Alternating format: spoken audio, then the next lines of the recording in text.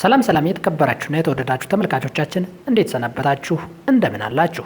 እንግዲህ ዛሬ ደግሞ ለየት ባለ ቪዲዮ ነው የመጣው። እሱም ምንድነው ወደ ገጠር አካባቢ ወጣ ብዬ የቤት አሰራር ድባብና በደቦ እንዴት እንደሚሰሩ ለመቃኘት ችያለሁ። ስለዚህ ይሄንን ቪዲዮ ወደ እናንተ ላደርስ ወድጃለሁ። ግን አንድ ነገር ላስታውሳችሁ፣ እኔ አደባላለሁ። ይህ ደግሞ በቅርብ የተከፈተ የዩቲዩብ ቻናል ነው።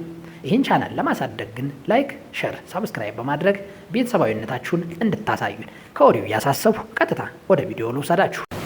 እንግዲህ ቀደም ብዬ እንደነገርኳችሁ በገጠሩ ባህልና ወግ ደንብ መሰረት ቤት አሳሩኝ ሲባል በገንዘብ አሊያም ሌላ ጥቅማጥቅም በማሰብ አይደለም። ይልቁንም ሌላ የመረዳጃ እድር ብለው ወይም ደግሞ ደቦ ብለው ሊጠሩት ይችላሉ። እናም በጎጃም አካባቢ የሚገኙ ገጠሪዎች ደግሞ ቤት አሳሩኝ ብለው መንደሬውን ከመጥራታቸው አስቀድመው የሚዘገጃጁ ነገሮችን ቀድመው ያዘገጃጃሉ። ከቅድመ ዝግጅታቸው ውስጥ የሆነውና ለጠላ ዝግጅት የሚውለውን ደረቆት፣ ብቅል፣ ጌሾ የመሳሰለውን ወደ ወፍጮ ቤት ወስደው ሊያስፈጩ አህያቸውንም ጭነው ወደ ወፍጮ ቤት አቅንተዋል። ከወፍጮ ቤት እንደደረሱ ይህንን የገጠር የሞተር ወፍጮ ያስነስተው ማስፈጨታቸውን ጀመሩ። እግረ መንገዴን ግን ስለዚህ ወፍጮ ሳብ ያደረገኝን መልከት ጀመርኩ። ይህም ወፍጮ እንደ ሌሎች የሞተር የአካል ክፍሎች ሁሉ የተለያዩ መሰረታዊ የምንላቸው ነገሮች የተገጠሙለት በመሆኑ ከድምፅ ከመረበሹ በስተቀር ሌላ ነገር አመል የለበትም። በወፍጮ ቤቱ ውስጥ ደግሞ ብዙ ቁሳቁሶች አሉ። ሚዛን፣ አልጋ የመሳሰሉ ነገሮች፣ የመንቀሳቀሻ ሞተሮችም ሁሉ አሉ። እንግዲህ ወደ ዋና ይዘቶች ልውሰዳችሁ። ዋና ይዘቴ የቤት አሰራር ክንውን በመሆኑ ቤት ውስጥ ያሉ የበርበሬ የጭቅጭቅ ድቁሶች ተዘጋጅተዋል። የእንጨት ፈለጣና የቤት መስሪያ የሚሆኑ ማገዶችን ሁሉ ካዘገጃጁ በኋላ ቤት መጣው ግብዣ ይደረግና ወደ ቤት ስራው ይገባል። ቤት ከመጀመሩ አንድ ቀን አስቀድሞ በጎረቤት የሚገኙ ሰዎች ሁሉ ቤት አሳሩን ተብለው ተነግረዋል። የሰፈሩ ሰዎችም በጠዋት ወደ ስራ ቦታው ተገኝተው በስራ ላይ ተሰማርተዋል። ቤቱም በደንብ ተመተረና ተጀመረ። አቋሙም ተጣለ። ሁለ ነገሩ በመሰራት ላይ ነው።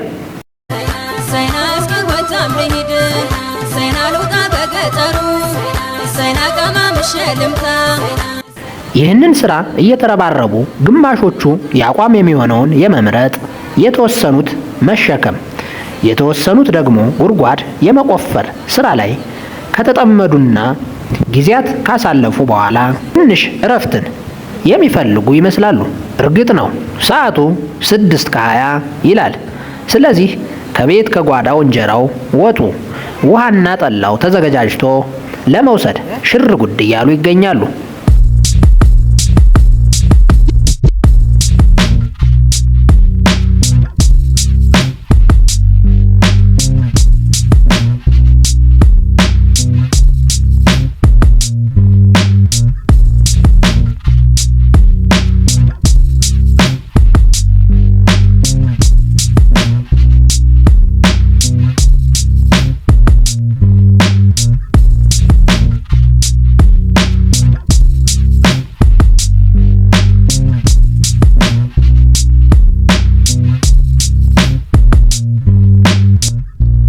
ከውጭ የሚሰሩ ሰራተኞች ደግሞ ቦታ መርጠው እየተቀመጡ ናቸው።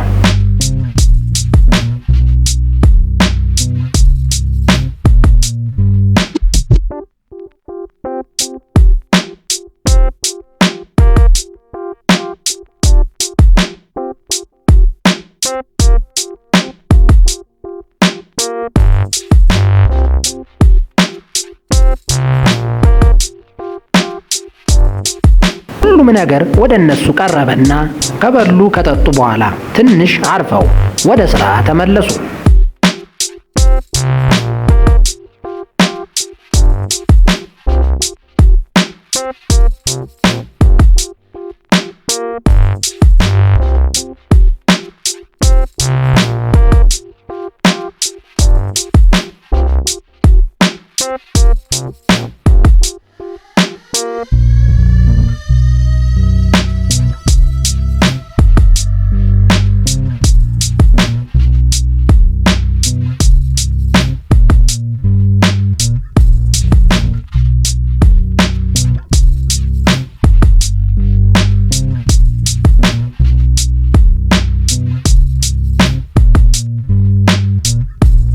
ወደ ስራ እንደገቡ የተወሰኑት ያረጀውን የድሮ ቤት ማፍረስ ጀመሩ።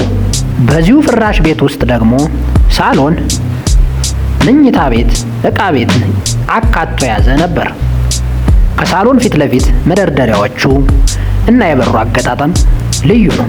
መኝታ ቤቱና የከብቶች ቤት የተያያዘ ሆኖ በአንድ ክፍል ላይ ይገኛል፣ በር ለበር። ዕቃ ቤቱ ውስጥ ደግሞ የእህል መክተቻ የድሮ ጎታዎች በተራ ተደርድረው እንመለከታለን። ቤቱ ድሮ ከመሰራቱ አንጻር ሲታይ ዘመናዊና ልዩ ሆኖ የተሰራ መሆኑን ከላይ ሆኜ ስመለከተው ጥሩ እንደሆነ ያስታውቃል። በዛ ላይ ደግሞ ከ13 ዓመታት በላይ ሰው ያልነበረበት መሆኑ አስገርሞኛል። እንደተኛ ሰው ስጋ ይዞት እንደ በሽተኛ